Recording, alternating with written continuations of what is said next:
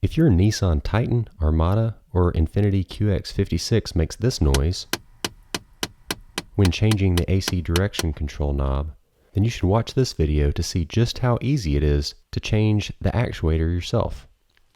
The original actuators have one gear inside them that seems to break fairly easily. I'll put a link in the description for an aftermarket actuator that I purchased that was able to fit with very slight modifications on my 2007 Titan SE. Here is a comparison between the original actuator on the right and the new actuator on the left. The tools you're going to need for this job are a 1/4-inch nut driver or ratchet.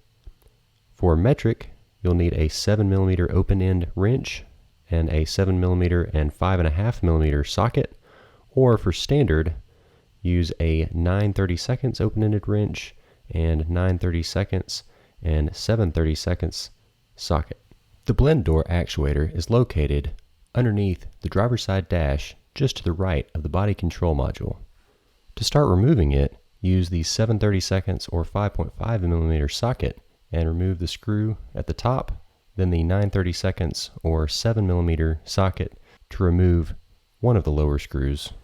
Then use the 7mm or 9/32 open-ended wrench to work around the body control module bracket and remove the other lower screw. If you happen to drop any screws in the process, just remove this piece of plastic and pull the carpet back and your screw will be right there. After you get all the screws out, gently remove the actuator while trying not to displace the white plastic lever behind it. Then use the thumb tab to disconnect the actuator from the wiring harness. Follow these same steps in reverse order to reinstall the actuator. It may be necessary to rotate the new actuator a little bit to get the gears to line up, as it will only install in one orientation. The aftermarket actuator that I purchased happened to be just a little bit too long to fit on the bracket, so I had the choice of either using a plastic welder or a Dremel to remove the excess plastic. I opted to melt away the excess plastic so I wouldn't have extra plastic shavings to interfere with the operation of the new actuator. Just be extremely careful when you're working with heat or power tools.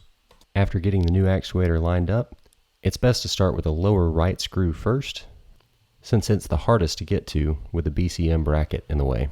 Again, use the 7mm or 9/32 open-ended wrench and the 9/32 or 7mm socket and nut driver, and finally the 5.5mm or 7/32 socket and nut driver for the top screw.